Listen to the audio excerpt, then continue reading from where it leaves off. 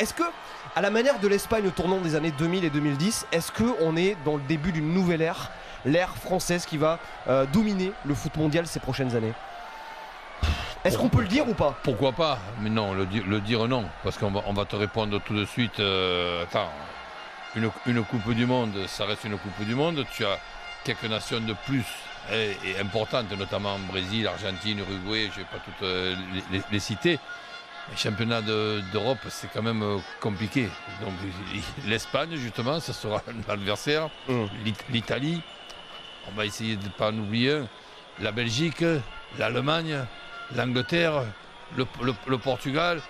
Donc ça fait quand même beaucoup de nations capables sur un match de te battre. Eh oui, mais coach, il y a 2 ans, on est allé en finale de l'Euro. Là, on gagne la Coupe du Monde. On va en finale de l'Euro en plus en battant la meilleure nation du monde à l'époque, l'Allemagne. Est-ce qu'il n'y a pas eu une espèce de passation de pouvoir justement? Est-ce qu'on peut pas considérer ça aujourd'hui entre l'Allemagne et la France peut-être? Je suis optimiste depuis ma naissance. Que l'on puisse être devenu une des bonnes équipes, des équipes maintenant redoutées, tout simplement parce qu'il y a des joueurs redoutables, un sélectionneur qui connaît son boulot et qui choisit les options qui marchent, parce que des options, il y en a beaucoup avec cette génération, et Didier a su choisir les bonnes.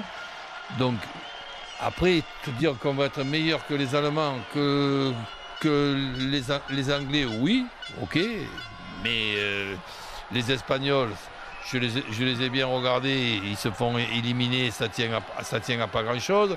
La Belgique, dans 2 ans, quand je regarde le match que nous avons joué, ça a tenu à pas grand-chose. Donc, le football est tellement compliqué. Savourons ce qui se passe, parce que ce qui se passe depuis 20 ans, vous êtes tous plus jeunes que moi.